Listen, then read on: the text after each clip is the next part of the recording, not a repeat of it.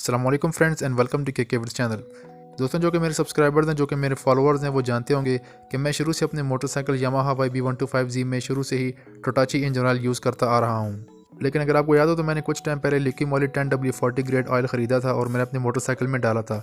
और ये मेरा फर्स्ट एक्सपीरियंस था अपने लिक्की मॉली के साथ, और मैंने कहा था कि मैं इसको ट्राई करने के बाद अपना यूज़र एक्सपीरियंस आपके साथ शेयर करूँगा। इस वीडियो को बनाते हुए काफ़ी टाइम लग गया और उसके लिए माजरत। लेकिन मसला ये था कि मैं अपने जॉब के सिलसिले में काफ़ी बिजी था, घर से कई दिन बाहर होता था, तो मैं अपने बाइक को और उसकी टेस्टिंग को प्रॉपर टाइम नहीं दे पा रहा था। बहरहाल मैंने इसको प्रॉपरली फिर टेस्ट कर लिया और अब मैं आपके साथ अपना यूज़र एक्सपीरियंस शेयर करूँगा। मुझे लिक्की मॉली 10W40 ग्रेड की 1 लीटर की बोतल 1500 की 1500 रुपीज़ की मिली थी।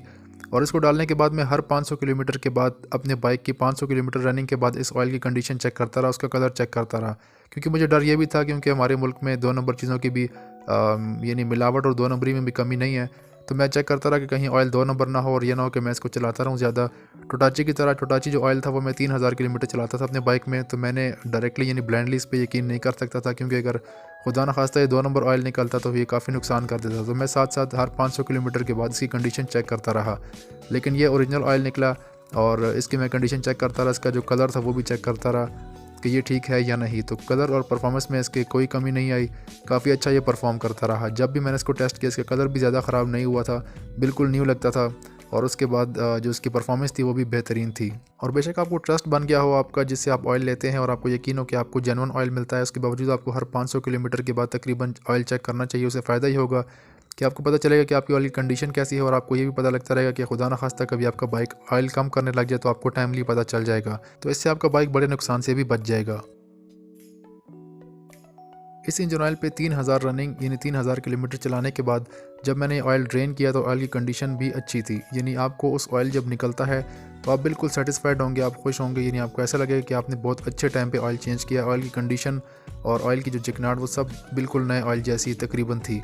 कलर में ज़ाहिर थोड़ा सा वो ब्लैक हो गया था, वीडियो में ज़रा ज़्यादा ब्लैक शो हो रहा है, लेकिन इतना ज़्यादा ब्लैक नहीं था। लेकिन आप इसको जब अपने हाथ से चेक करेंगे तो आपको नए और इसमें कुछ ज़्यादा फ़र्क नहीं महसूस होगा। यानी आपको ऐसा लगेगा कि आपने बिल्कुल सही टाइम पे ऑयल चेंज किया है।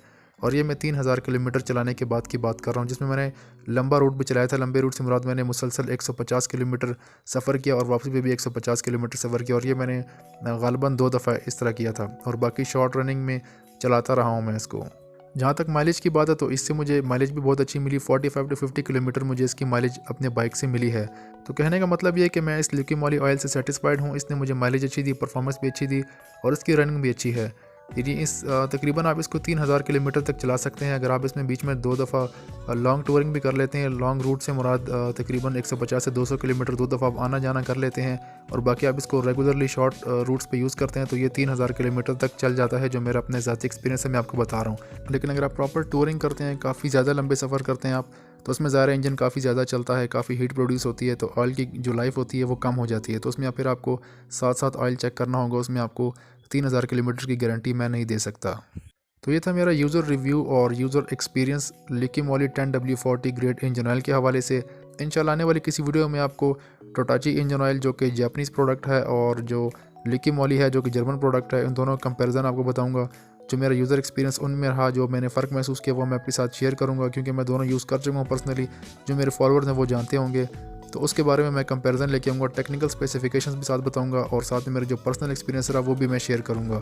तो दोनों में कितना डिफरेंस है और कौन सा बेहतर है वो मैं आपसे इंशाल्लाह आने वाली किसी वीडियो में शेयर करूँगा।